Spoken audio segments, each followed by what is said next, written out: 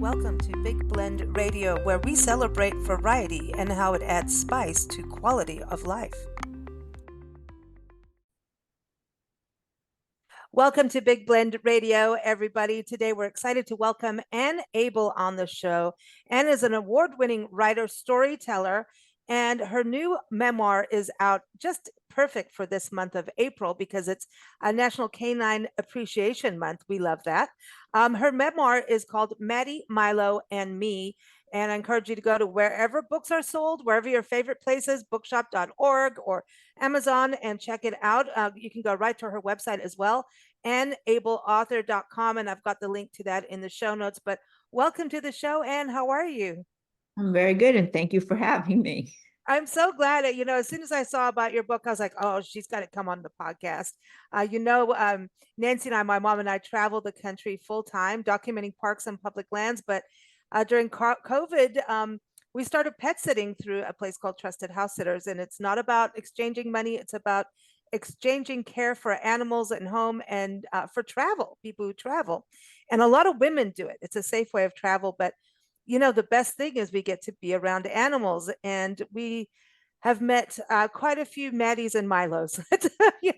So all dogs are their own, just like people. But so I've been reading your memoir, and it really hits home in so many places. And I appreciate you telling your story. So welcome, and tell us a little bit about how you even got into getting Mattie first, because that was kind of a lot of nagging from your sons, right? Right. And actually, I emailed me that he ordered the book and it's on its way. And I said, well, if it weren't for you, this book would not exist, because my middle son, from his first word was dog, and his first complete sentence was, I want a dog. And I did not want a dog. And for 10 years, I placated him with every caged and tamed animal I could think of. And on his 10th birthday, right before that, I saw a headline in the newspaper, and it said, African hedgehog, the perfect pet. And I said, what do you think? And he's like, well, if I can't get a dog, okay. So I called to get directions back in those days. And the guy said, well, they're really porcupines and you need to wear rubber gloves to handle them. And I just thought, you know what? We've got enough of these. And my heart sank, and I thought, it's time for the dog. And I'm not a shopper. I bought 3 houses. I looked at 3 houses when we moved cities. I buy an appliance. I go to the store and say, what's the best? It's good enough, but just good just enough. get it done. You're like us. Yeah. They have to give us wine when we go clothes shopping because we hate it. Right. Right. Yeah. The kids' clothes, I go to the Gap, buy 5, different colors, and that's it. But good enough was not going to cut it with the dog. So I got a book with 550 breeds, and I was going through it. I'd never been interested in dogs. And then one of my older son came home from a teammate's house and said, oh, they have a Wheaten Terrier. It was really great. So I look it up. It did everything but empty the dishwasher. So I called the breeder. This was January. And they said, oh, we have a litter in May. We'll put you on the list. And I hung up. I thought, sometimes it's just so easy to be a good mother, because it was, January to May, anything could happen. And then she called back 3 days later and said, well, we have this 10-month-old Mattie we were going to use as a show dog, but her neck's too short. If you come out this weekend and things work out. And my heart again sank. I could have not told the kids. I could have said we wanted a puppy, but we went. They got in the car on Sunday. I walked through my house thinking it is never going to look like this. I suffer with depression. I got in the car. I was just like, didn't hear them talking.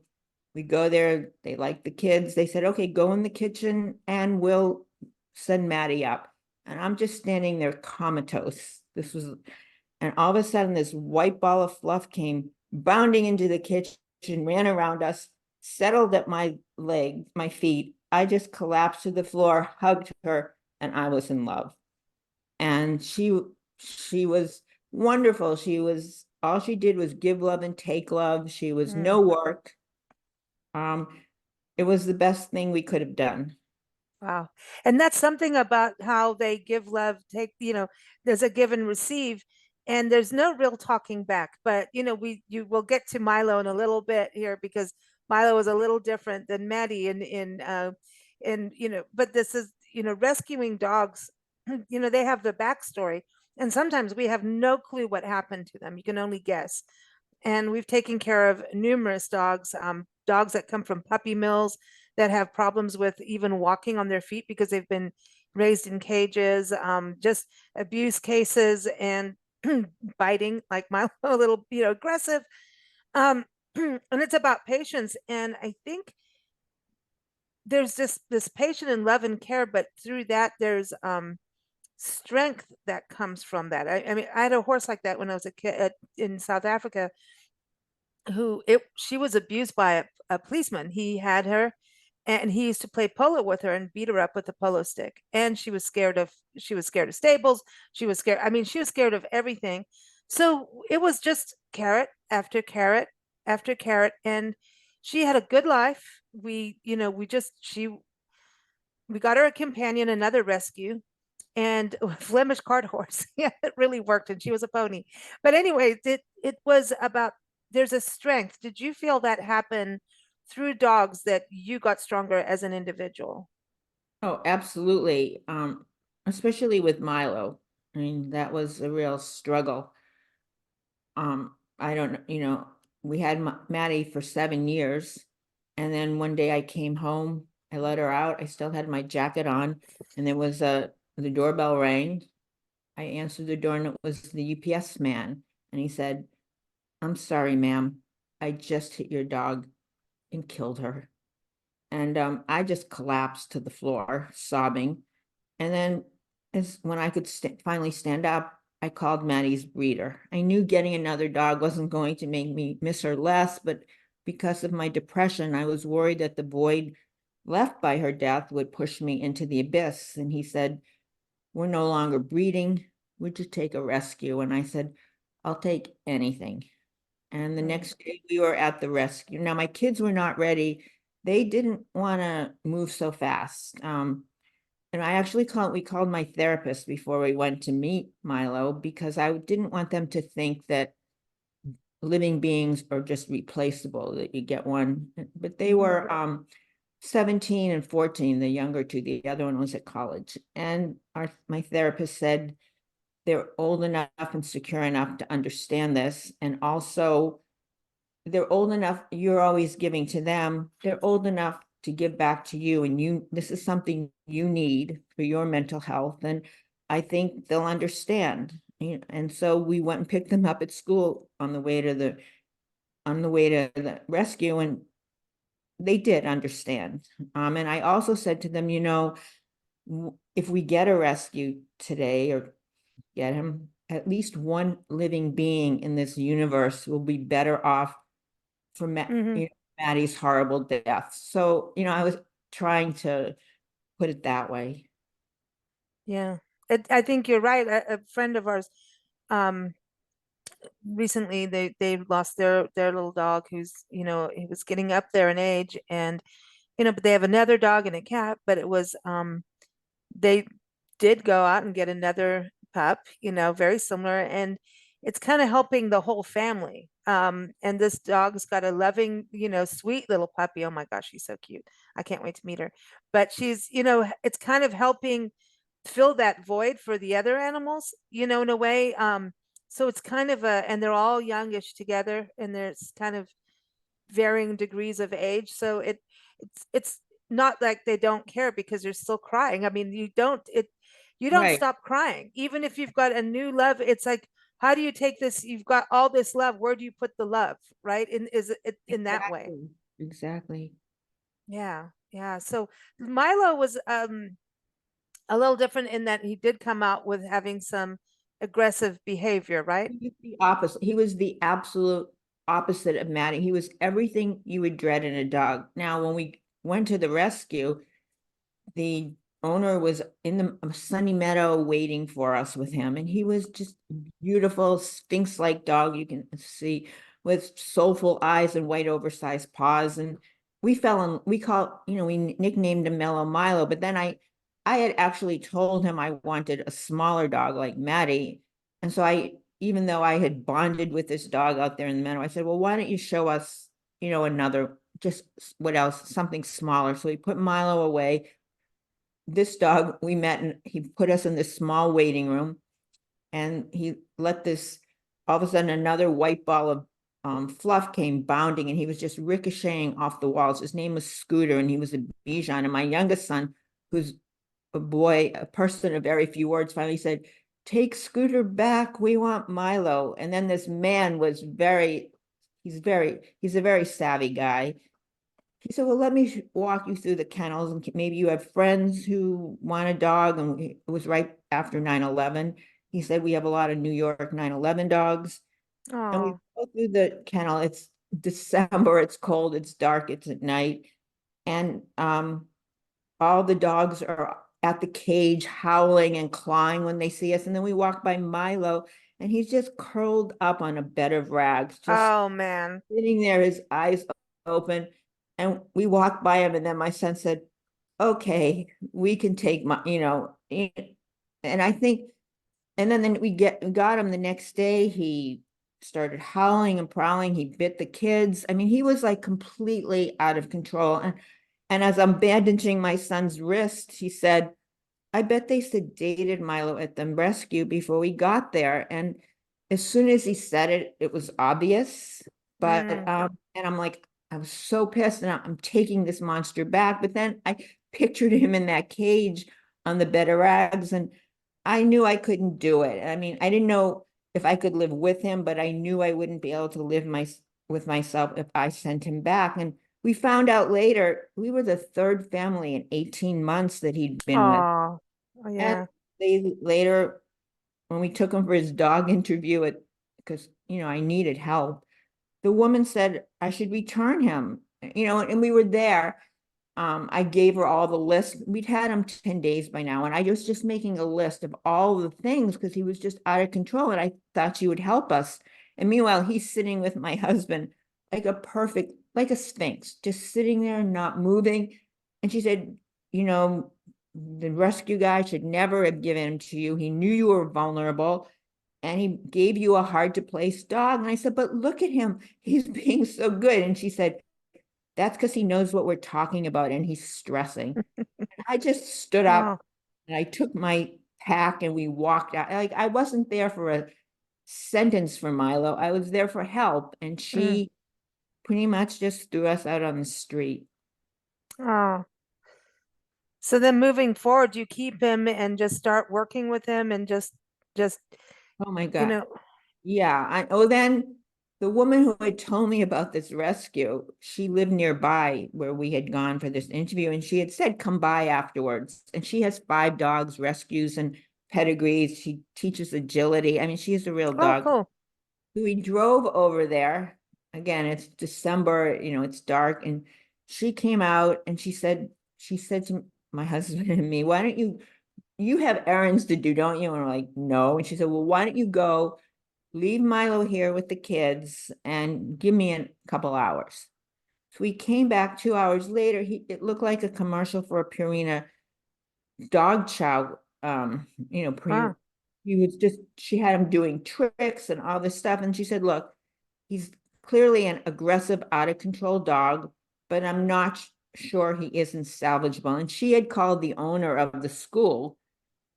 Oh, she didn't admit it, but she said, too bad. She said, too bad the Mary, the owner, won't come out, but she only does exceptional dogs, show dogs. We got home, there was a message on our machine that said, Mary Reamer will be at your house tomorrow at 5 o'clock. So this woman never admitted. So Mary came over, and she worked with us. And then he bit Oh, my son while she was there, which I'm really glad she saw that. And I looked at her like, is this? And she said, look, this isn't in the top 10 list of good dog behaviors, but give him a month. School starts in 2 weeks. She said, I have a lot of tricks in my bag. And let's see what happens. And I could not have done it without her. I mean, mm. I get in a situation like this, you need to get expert help. And I was brought up being in an abusive home, being told that I was a burden, and anything I did, including asking for help, was no. I asked my father once for a ride when I was 10 or 12 to a friend's house, and he said, make believe I'm dead. It was like, but I Wow. talk about getting stronger. Like I learned with Milo that it was okay to ask for help. And also when people offered, it was okay to accept help. I mean, Mm. that was the first time, I wasn't comfortable at first accepting help, but these people really cared about the dog. And so they wanted to help me. And so I Yeah, learned to do I that. love that because sometimes, just they end up back into the system or, euthanized is really what happens. No.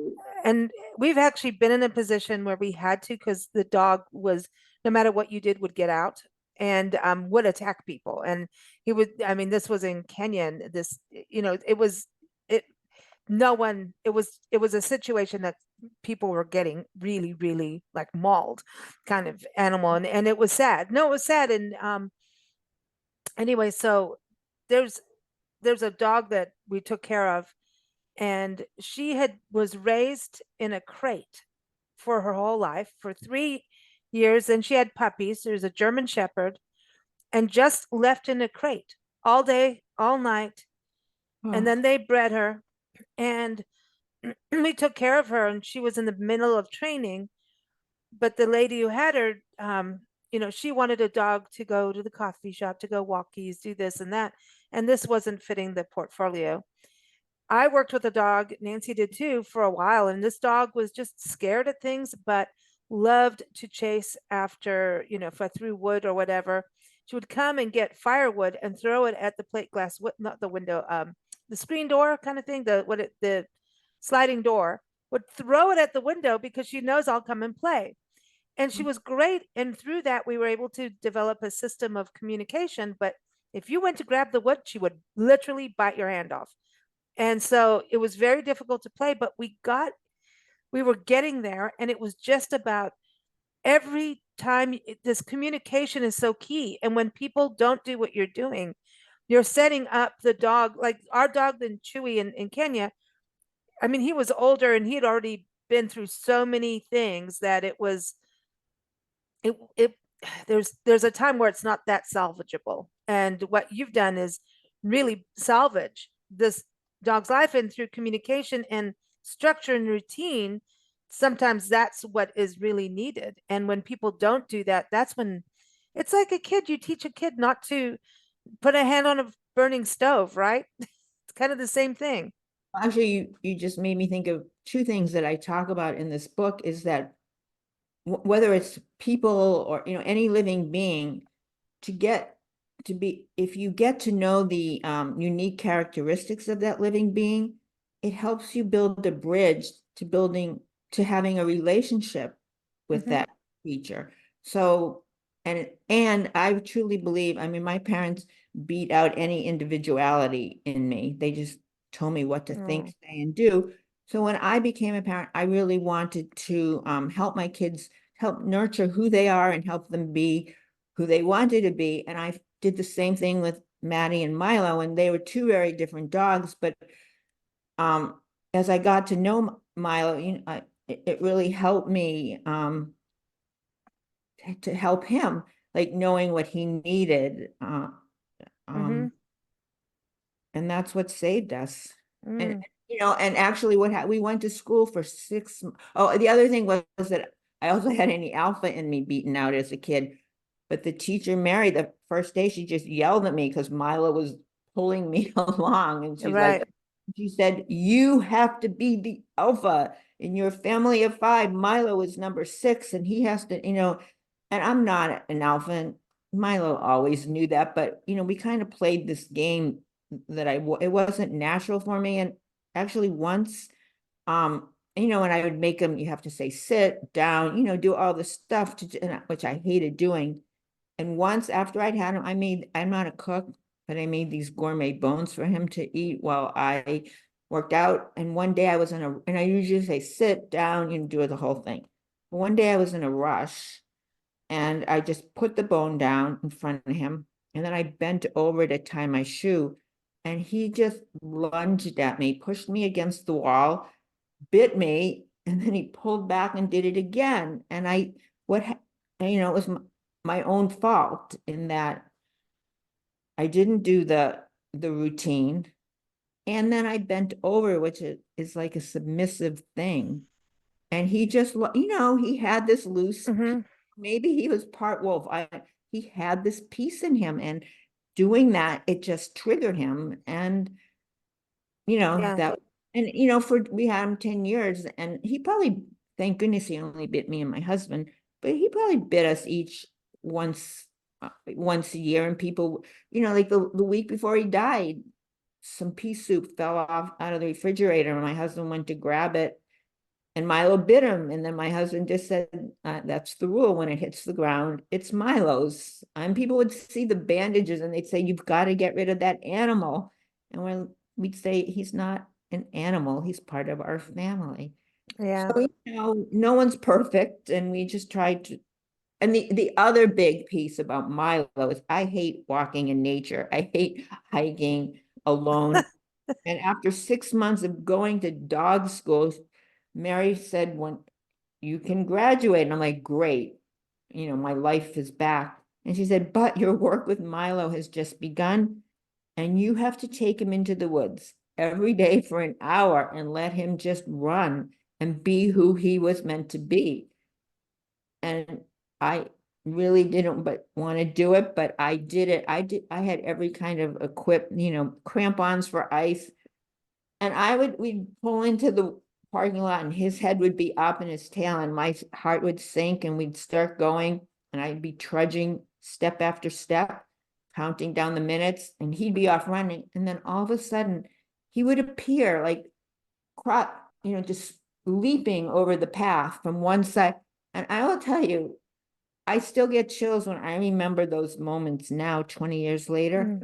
My heart would just soar to see this animal who had been in that cage being able to be the creature he was meant and wanted to Ah. be. And that just, there wasn't a day that didn't go by that I didn't compare who he was now with who he had been.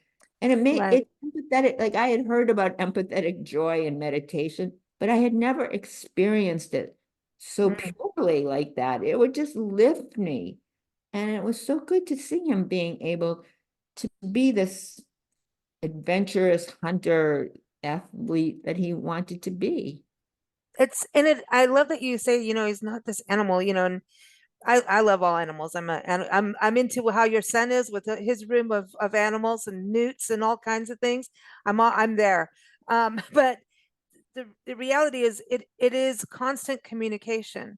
So it is a family member. It isn't, like if you don't say how was school today to your kids, it's the same kind of thing. That check-in shows, hey, did you go to school? Did you behave at school? And also at the same time showing care. So, there's that discipline and care go hand in hand, but not like the abusive side of like your family side. There's two different things, right? And I think that's the thing about animals that we've talked to many rescue groups, a lot of women, a lot of men too, but women, and um, done so many shows on this. And one time, our good friend, and he's since passed, he was on the show, and we were talking about people who rescue and will go just to the ends of the earth for whether it's a wild horse or a dog, whatever it is, a wildlife. And he says people who have been through something themselves understand these animals more. They understand, they have this connection. You can look at an animal's face, like there was one dog, no matter how much we get on with this dog, is the sweetest little man. Oh, he's the sweetest little joy. And he'll snuggle up with you. But there's a certain move and he'll just bite you, but nothing to really break your skin or anything. It's harder as you age though, because your skin breaks easier. Tell me about but, it. but so and once in a blue moon, it's just like if you touch them with this it's just one little thing. And even when we go to pet sit, and we're going to go see him again, we can't wait. um they always remember, hey, Nancy Lee said don't pet him until He's been up on your lap and everything, even though he remembers you and he's getting all, she's like, he's going to do it. And we know better and he will do it. But when he does it, you can see this, his face is mortified Mm. and he doesn't mean it. It's a trigger. It's like it's a reactive Right, thing. It's exactly. not like, oh, I hate you, I'm gonna bite you. It is, Right, there's something that happened in the past to right, him, or he hurts or something. exactly. Exactly. And just when you're saying people who've been through things can appreciate these rescue animals, I mean, I always felt like I didn't ask to be born and I didn't feel welcomed or loved in my family. And Milo didn't ask to be born, but he was here. And, Mm, so I wanted to do what I could to help him. He, mm, he didn't ask to be born. He didn't ask to be, ignored, and no one helped him for 18 months, mhm. It, you know what? I think sometimes we get the biggest joy in life from giving than we right, do receiving, right. I you think know? one of the themes in my book is that um, the energy you get from giving love and getting it in return. I mean, it really makes you feel Mm. good. What about levels of confidence going through an abusive childhood or background? Your confidence can get absolutely shattered. And for women, I really want to talk about, because I know this is also airing on our Women Makes History, Making History podcast, because I think this is something that women and young girls are still going through today is conditioning. And we're still having the conditioning, whether it's looking at how we have to, be, in this world, we must look this way, must act this way. There's all of these things actually going for women, but against women still to today. Uh-huh. And women do it to each other, just saying too. But when you look at maybe, even I know a lot of college women who have graduated college, but they actually rescue dogs during college. Mhm. And being on a campus these days is a little scary too. So they would have a dog that would be kind of aggressive to others, but maybe not to them. So um, what do you think about getting your confidence back through just becoming who you are and as an individual through working with an animal, also fighting to be their individual? A couple things. I was told every night at the dinner table, you can listen, but don't speak. If I tried to Holy talk to cow. my mother, he'd say, you don't have anything interesting I want to hear. And my mother was dismissive and sarcastic. She told me she didn't want to have me. She had other things she wanted to do. So I had a really horrible self-image. That's But horrible, sad. yeah, Sorry. I mean, I ended up marrying a wonderful man who just gave me unconditional love, and that provided the foundation for me to be able to begin to support myself and my kids. But going back to Milo, so I'm doing this work with Milo. I mean, I think I'm like a worthless loser. And then people started saying things to me like, this is amazing what you're doing with Milo, blah, blah, blah. And I started hearing it enough that I would actually step out of myself, and then try to see myself from the person who had said it, just to kind of recondition my thinking. Mm, And the other thing is Milo loved me. Like we put him, he in the back of my station wagon, and I'd go to the grocery store, and then I'd come back, and as soon as he'd see me, his tail would do a swish. And you're just out there doing errands, buying your groceries, and then it would just stop me. It made me feel so good to think that he was happy to see me. My parents were never happy. They couldn't give me that. mm.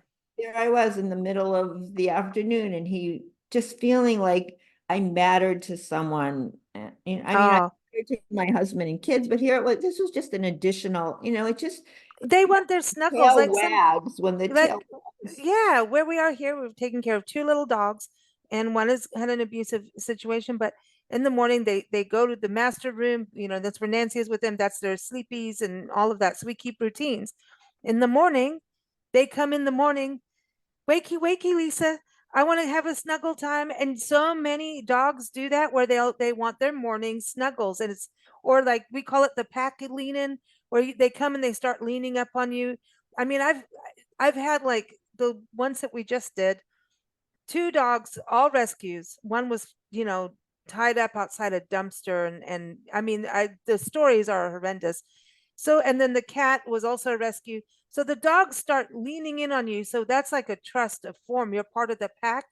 And then the cat comes in, and I'm like, are you kidding? The cat's leaning in, the dogs are leaning in, and then you go outside and the pigs lean in too. But anyway, this was a rescue household, but it is that they're very forgiving. Oh, for sure. Absolutely. I mean, Yeah. that's what unconditional love. I mean, that's one of the things in this book that, it's a meditation on unconditional love, and who can't use some of that? Mm, mm. So now, do you have dogs now? I know you do. I had to Oh, ask. okay. Well, I have two 14-year-old Bichon rescues who I think of as young because and it's not really a spoiler, but at the end of the book, I go to after Milo dies, the next day I go to the rescue, and I ended up getting two dogs, but one was a 1-year-old Chihuahua Terrier mix that the same rescue owner, had found. He ended up, he was a real puppy mill raider, and he actually got legislation changed in Pennsylvania. He was on Oprah because of it, but he Right was on. puppy mill, getting dogs, and then he saw this little Chihuahua on the side, and he said you always needed to have an inside person, and the person said, oh, I don't know, he's just here, his name's Yat. So he took Yat, and I had already picked out this perfect little Bichon, that he had actually said it was a gift for taking Milo. I mean, but then he brought out Yat, and who had a little heart on his back, and he was a little jittery. And I brought him home, and we changed his name to Ryan because he was so small, and our favorite baseball player was a Phillies player named Ryan Howard. So he named him Ryan. Okay, so he's now 19 and a half years old. And what happened is, a year ago when he was 18, I was in an Achilles boot. I mean, I just couldn't take it. He's becoming Oh, incontinent, and I just wasn't capable. My husband works in Philadelphia 3 days a week. I live in New York. And when my husband wasn't here, I just couldn't get around and take care of him. We had this wonderful dog walker named Anna.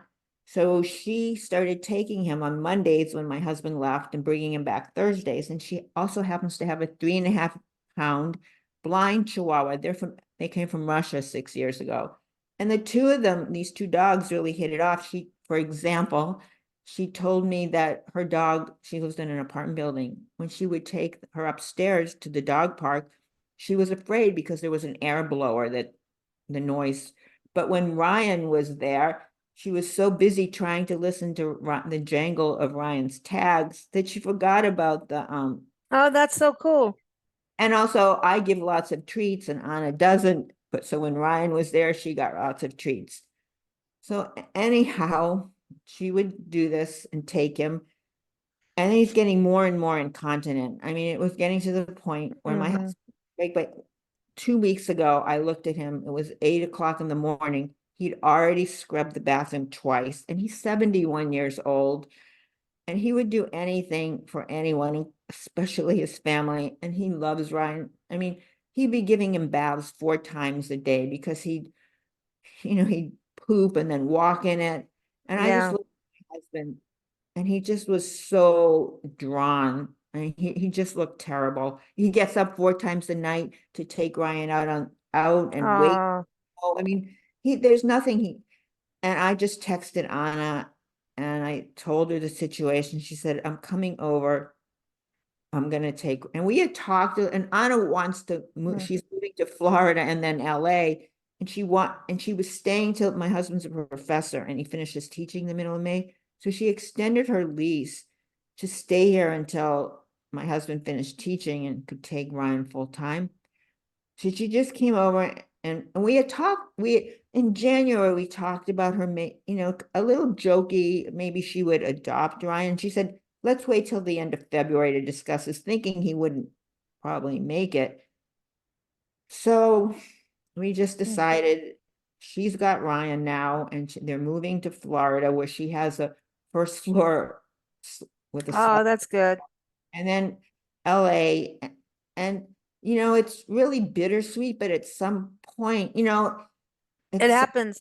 Quality of life for everybody is key. And if it's someone who loves and cares, and right. So, that's and it's when it gets to that stage, it is coming close, you right. And know. we went to visit him last week at her Oh, house. see, that's cool. She was so nice. She said, I'll leave you here alone. And I'll tell you, I was just in tears because, maybe I don't know how much he ate. You can't age that much in a week, but seeing him in a different setting and uh, Mm. it was just so sad. But Anna is amazing. And we just trust her. And we were like, we don't want him to, she said, no, no.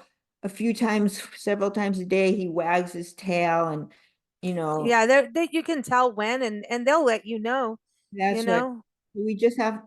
And she bought a snuggly and she sent a picture the next night of Ryan and my husband showed her how to do it. And Ryan seemed alert. So we just have to trust Anna that she knows, and we do trust her that when See, but that's that give and receive, that that lesson of life, I know, and I don't we can't none of us do anything without someone else's help. right. That's really, I think, a law in life, is that you know we don't get anywhere without someone else somewhere helping, even if it's a book, right? A No. book can be one of those journeys. Which, speaking of which, tell us a little bit about your journey into writing and then storytelling at these moth slams. I mean, these, because I know about the poetry slams in Chicago, but we used to actually run poetry slams in San Diego years and years and years ago. But now this is a whole other cool storytelling slam. Well, actually, the history is my father made me be a chemical and good. He said, if you want me, junior year in high school, he said, he just announces, if you want me to pay for college, you're going to major in chemical engineering. I can't add three numbers together.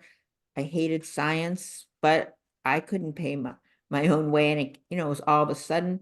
So I majored in chemical engineering. I wasn't very good at it. I got jobs. I hated them. And then I went and got an MBA at the University of Chicago, thinking maybe I could water it down, which I didn't care about spreadsheets any more than I did about chemical Mm. equations. And then after my second son was born, I just thought I'm going to just I never had a chance to figure out anything that I liked. And eventually I came to writing, and in the middle, my mid-40s, I got an MFA in creative writing. And I did a lot of freelancing and blah, blah, blah. And if an editor said, go write 5,000, 10,000 words about that tree in your backyard, I could do it because someone said it was important. But if I tried to write something about me, after, here I am, my father was like, you have nothing interesting to say, don't speak at the table. If I tried to write about me, the voice said, so what, who cares? And just shut me down. And then in 2016, my husband took it for a semester at the University of Chicago, and we went in January. It's 8 degrees out. I tried improv and basically got kicked out because I just couldn't. I'd go up there and I just couldn't think of anything to do. And I came home and my new dog walker was there. And I said, what do you do when you're not walking dogs? And she said, oh, I host this storytelling open mic.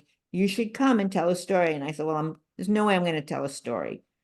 Um, but I went, and then I actually had one thing that I thought would be, I had just gone I had been teaching at the Community College of Philadelphia, and then, desks were getting thrown at me. And one day on the fifth week and I'm not someone who's scared of violence, but Mhm. it was really bad. And the fifth week of the semester, I walked out the door and I thought, I am never coming back here. This was in 2013. But I was terrified. My kids had grown. My husband travels a lot. Being home alone with no structure, I didn't, I'd been inpatient twice, had EC three regimens of that. I just wasn't doing, I was 59. I wasn't doing that again. I had to come up with a plan. And as I was heading home, I thought, I know I'll go to Australia in February and see Bruce Springsteen. And I hadn't even known what a Bruce Springsteen was a year.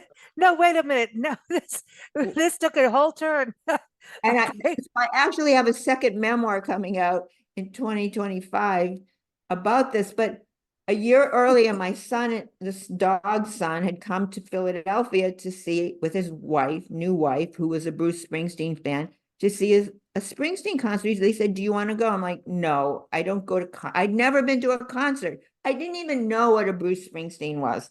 But finally, at the last minute, I thought I just wanted to spend time with them. So I went. And, and we're there, we're talking about their wedding. I had been having ECT, so I didn't even remember their wedding from 4 months earlier. And all of a sudden, and they're showing me pictures, the crowd mysteriously rose in unison, and I rose too. And up on the screen was the face of a man with the biggest, kindest smile I had ever seen. And for the next 3+ hours, that man made me feel like I had a chance. And so I started going to local concerts. He was touring them. And I hate to travel. I hate to be alone. But that day I quit my job. I went home and I booked the trip. I was going to Australia for 26 days, 5 cities to see 8 concerts. And I was terrified as we got closer and closer. I mean, I can't tell you. I would have rather just disappeared from this world. And I didn't go to change. I just went to give myself some structure while I figured it out.